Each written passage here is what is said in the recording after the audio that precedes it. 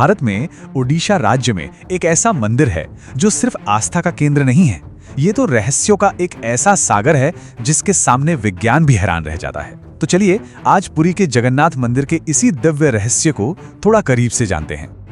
और देखिए, इस मंदिर के बारे में सोचते ही जो सबसे पहला और सबसे बड़ा सवाल किसी के भी मन में आता है वो ये है कि भगवान जगन्नाथ, बलभद्र और सुभद्रा की ये मूर्तियां अधूरी क्यों हैं?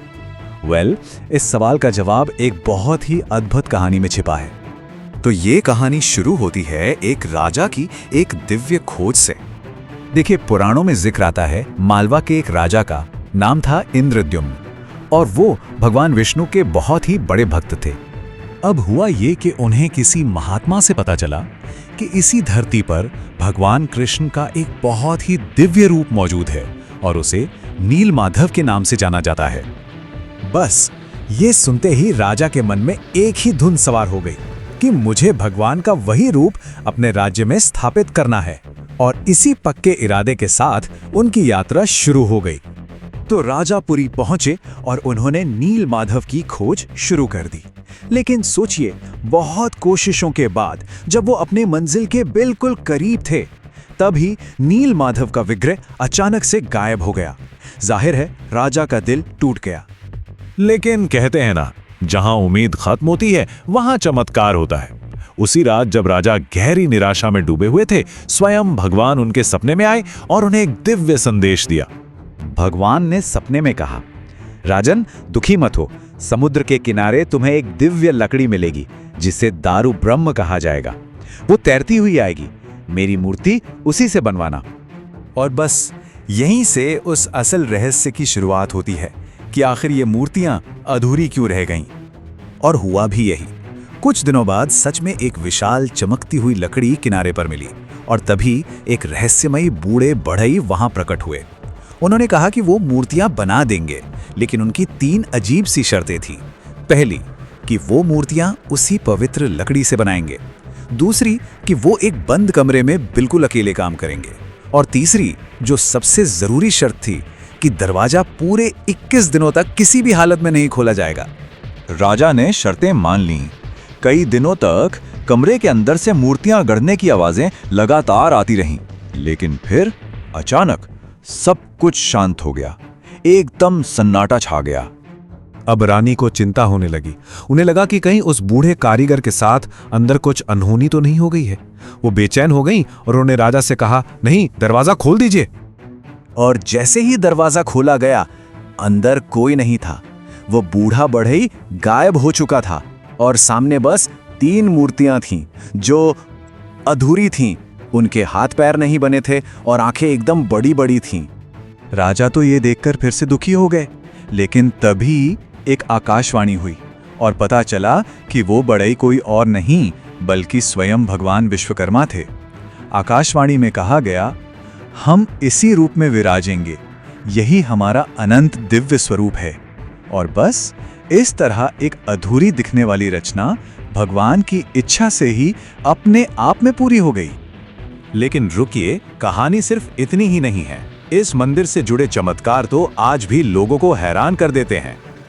यहाँ कुछ ऐसे रहस्य हैं जिन्हें आज का विज्ञान भी नहीं सुलझा पाया है। मिसाल के तौर पर इस मंदिर की परछाई दिन में किसी भी वक्त जमीन पर पड़ती ही नहीं है। मंदिर के शिखर के ऊपर से कोई भी पक्षी या हवाई जहाज नहीं उड़ता। और सबसे हैरान करने वाली बात, मंदिर के शिखर पर लगा झंडा हमेशा हवा की उल्टी दिशा में लहराता है। सोचिए जरा। एक और बड़ा ही अजीब चमत्कार है समुद्र की आवाज का। जैसे ही कोई मंदिर के सिंह द्वार से अंदर कदम रखता है, समुद्र की लहरों का वो शोर एकदम शांत हो जाता है, बिल्कुल सन्नाटा। और जैसे ही उस गेट से बाहर निकलो, वो शोर वापस सुनाई देने लगता है। और फिर आता है महाप्रसाद का चमत्कार। यहां एक ऐसी दिव्य रसोई है जहां रोजाना हजारों लाखों लोगों के लिए भोजन बनता है, लेकिन प्रसाद कभी भी कम नहीं पड़ता। चाहे भक्त कितने भी क्यों ना आ जाएं, सबके लिए पूरा होता है। यहां तक कि खाना पकाने का तरीका भी विज्ञान के नियमों को जैसे चुनौती देता है। यहाँ मिट्टी के 7 बर्तन एक के ऊपर एक रखे जाते हैं, लेकिन हैरानी की बात यह है कि सबसे ऊपर वाले बर्तन का खाना सबसे पहले पकता है। और जो बर्तन सबसे नीचे यानी आग के सबसे करीब होता है उसका खाना सबसे आखिर में पकता है। ये कैसे होता है कोई नहीं जानता। लेकिन इन सब चमत्कारों से भी बड़ा और गहरा रहस्य है वो विश्वास कि भगवान यहाँ आज भी जीवित रूप में मौजूद हैं। इस प्रक्रिया को कहते हैं नवकलेवर। ये एक बहुत ही गुप्त और पवित्र रस्म है जो हर 12 से 19 साल में एक बार होती है। इसमें होता क्या है कि पुरानी मूर्तियों को बदला जाता है और उनकी जगह नई मूर्तियां स्थापित की जाती हैं। लेकिन सबसे अहम बात एक रहस्यमयी दिव्य चीज है जिसे ब्रह्म पदार्थ कहते हैं। माना जाता है कि यह भगवान की जीवन शक्ति है। उसे पुरानी मूर्ति से निकालकर नई मूर्ति में डाला जाता है। और ये प्रक्रिया इतनी ज़्यादा गोपनीय रखी जाती है कि सोचिए, जो पुजारी ये रस्म करते हैं उनकी आंखों पर पट्टी बांध दी जाती है, उनके हाथों को भी मोटे कपड़े से लपेट दिया जाता है ताकि वो उसे महसूस भी ना कर सकें। जिस रात ये होता है पूरे शहर की बिजली बंद कर दी जाती है।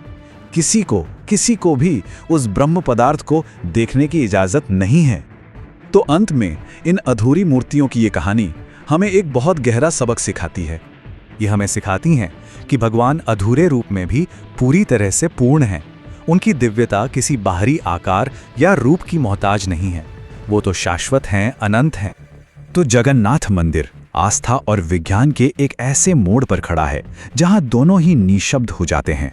और ये हमें सोचने पर मजबूर करता है कि इन सभी अनगिनत चमत्कारों के बीच सबसे बड़ा रहस्य आखिर है क्या।